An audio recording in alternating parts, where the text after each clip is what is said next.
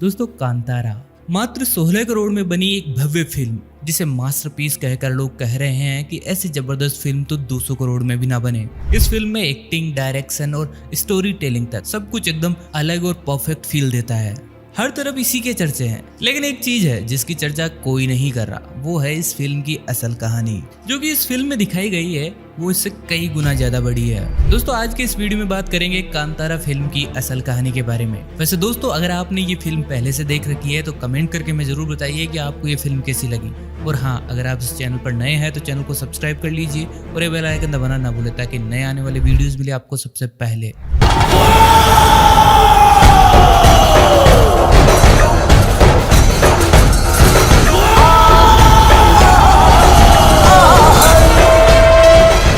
दोस्तों सबसे पहले बात कर लेते हैं फिल्म की कहानी के बारे में। फिल्म में कहानी की शुरुआत होती है 1847 में, जहां हमें बताया जाता है कि उस समय दक्षिणी कन्नड़ा में एक राजा हुआ करते थे। राजा का साम्राज्य बहुत बड़ा था, राजा के बीवी बच्चे थे, प्रजा भी उन्हें बड़ा प्यार करती थी। लेकिन एक चीज की कमी थी, वो थी मानसिक शांति की। दरअसल सब कुछ होने के बावजूद भी उनका मन अशांत, विचलित और दुखी रहता था। इस मानसिक अशांति की वजह से उन्हें नींद तक नहीं आती थी। इस आत्मिक शांति की खोज में राजा कई मंदिरों में गए, कई साधुओं से मिले, लेकिन कोई फायदा नहीं हुआ। अंत में उन्हें एक पंडित मिलता है जो एक रास्ता दिखाता है। उन्हें कहता है कि राजा को एक सफर में निकलना होगा और इस दुनिया में एक ऐसी शक्ति को ढूंढना होगा जिसकी वजह से उन्हें शांति मिल सके। ऐसे में राजा अकेले सफर पर निकलते हैं। इस सफर में वे कई मंदिरों में जाते हैं और साधुओं से मिलते हैं, लेकिन उन्हें वो शांति नहीं मिल पाती। राजा सोचता है कि इस दुनिया में मुझे शांति नहीं मिल सकती, इसलिए वो सब कुछ छोड़कर जंगल की तरफ जाने लगता है। ऐसे ही भटकते भटकते वो एक जंगल में पहुंचते हैं जहां उन्हें गग्गरा की आवाज सुनाई देती है। राजा इस सुनसान जंगल में इस आवाज को सुनकर डरते नहीं, बल्कि उन्हें ऐसा फील होता है कि जैसे ये आवाज उन्हें प्यार से अपने पास बुला रही है। वो इस आवाज की दिशा में आगे बढ़ते हैं और वहां उन्हें एक पत्थर दिखाई देता है जिसके सामने राजा अपना शस्त्र त्याग कर देता है। राजा को इस पत्थर के सामने ऐसा फील हो रहा था जैसे माँ की ममता और पिता का आशीर्वाद दोनों मिल रहा हो। राजा इस पत्थर को अपने साथ ले जाने की सोच रहा होता है। तभी उस इलाके में रहने वाले गांव वाले वहां आ जाते हैं और राजा से कहते हैं कि आपको जो चाहिए यहाँ से ले जाइए, लेकिन आप हमारे देवा पंजुर्ली को लेकर नहीं जा सकते। तभी अचानक गांव वालों में से एक में देवा पंजुर्ली खुद आ जाते हैं और राजा से कहते हैं कि अगर आप मुझे यहाँ से ले जाओगे तो इन गांव वालों की रक्षा कौन करेगा, और अगर मैं साथ चलूं तुम्हारे साथ तो बदले में तुम क्या दोगे। राजा कहते हैं कि पंजुर्ली आपको जो चाहिए वो मांगिए, मैं सब कुछ देने को तैयार हूँ। इसके बाद पंजुर्ली चीखते हैं और राजा से कहते हैं कि जितनी दूर तक मेरी आवाज गई वहां तक की सारी जमीन गांव वालों को देनी होगी, बदले में मैं तुम्हारे साथ आऊंगा और आने वाले जनरेशंस में भी तुम्हारे घर की सुख शांति ऐसे ही बनी रहेगी। मेरे साथ गुड़िका भी आएंगे। अगर आपने कभी वचन तोड़ा तो शायद मैं माफ कर दूंगा, लेकिन उग्र गुड़िका कभी माफ नहीं करेंगे। राजा इस बात का वचन देते हैं और देवा को अपने साथ लेकर आ जाते हैं। उस दिन के बाद राजा की जिंदगी में सुख शांति और समृद्धि लौट आती है। राजा को देवा मिलते हैं और गांव वालों को जमीन। अब फिल्म में आगे देवा का प्रकोप और गांव वालों की मासूमियत दिखाई जाती है। दोस्तों अब आते हैं असल कहानी पर। दोस्तों कांतारा के मूल में शब्द है कांतार। इस शब्द का अर्थ होता है घना या रहस्यमयी जंगल। तुलसीदास जी ने विनय पत्रिका में इस संसार को कांतार लिखा है। तो कांतारा एक जंगल और वहां रहने वालों की कहानी है। इस फिल्म का मुख्य किरदार है शिवा, जिसे निभाया है ऋषभ शेट्टी ने। आपको बता दें कि कर्नाटका के जिस दक्षिण कन्नड़ जिले से ऋषभ आते हैं और जो उनकी कहानियों में एक किरदार की तरह मौजूद रहता है वो है तुलुनाडु क्षेत्र।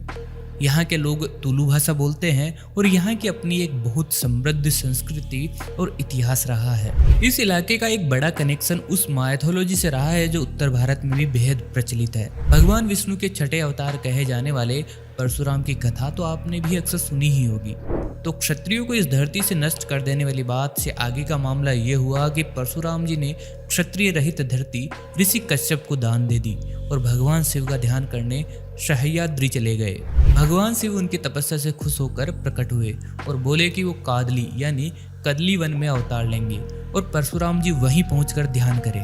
परशुराम जी ने वहां जाकर देखा कि धरती तो समंदर में समा चुकी है। उन्होंने समुद्र के देवता से कहा कि जमीन वापस करे, उन्हें ध्यान करना है। समंदर ने जमीन देने से इनकार कर दिया। तो अपने क्रोध के लिए पहचाने जाने वाले परशुराम जी कहाँ शांत रहने वाले थे। उन्होंने अपना फरसा पूरे बल के साथ हवा में फेंक कर चला दिया।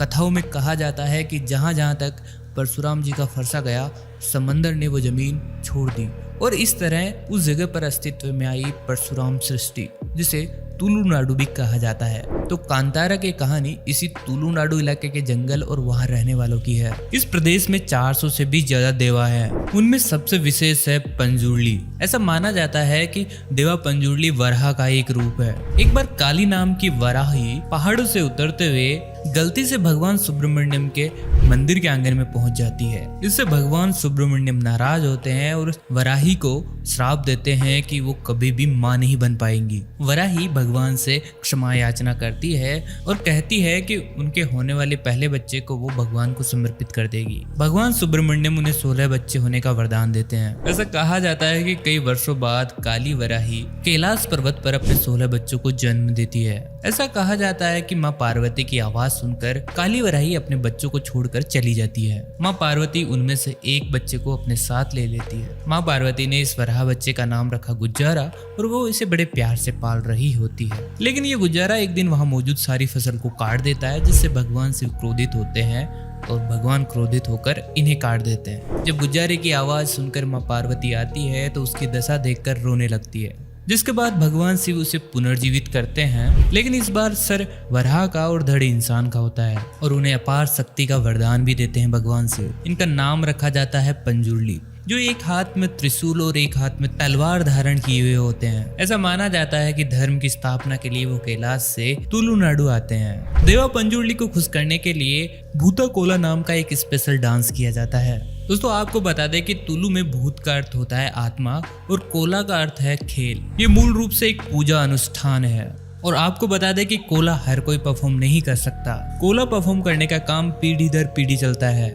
जिस शाम को कोला परफॉर्म किया जाता है उस दिन वो व्यक्ति तेल से सने हुए चेहरे पर घर पर ही तैयार हुए रंगों के द्वारा अपने चेहरे को रंगता है और एक ऐसी पोशाक धारण करता है जिसमें ट्रेडिशनली ज्वेलरी होती है और कपड़े होते हैं। वो एक ताड़ से बनी स्कर्ट भी पहनता है जो आसानी से जल भी सकती है। इसके बावजूद वो आग से खेलते हैं। ऐसा माना जाता है कि देवा पंजुर्ली की आत्मा कुछ सेकंड के लिए भूता कोला परफॉर्म करने वाले इंसान में आ जाती है। ऐसा माना जाता है कि उस समय वो लोग फ्यूचर देख सकते हैं और भविष्यवाणी भी कर सकते हैं, जो कि 100% सच होती है। जिस दिन भूता कोला का आयोजन होता है उस दिन पूरे गांव को बुलाया जाता है और सारा गांव देवा पंजुर्ली का आशीर्वाद लेने के लिए इकट्ठा भी होता है। उसके बाद एक भव्य भोज का आयोजन किया जाता है जिसमें सारे गांव वाले खाना खाते हैं। दोस्तों आपको बता दें कि रियलिटी में आज भी कई ऐसे इंसिडेंट होते हैं जिनके बारे में आप सुनोगे तो आपका दिमाग हिल जाएगा। और दिमाग तो हिला होगा आपको इस फिल्म को देखकर भी।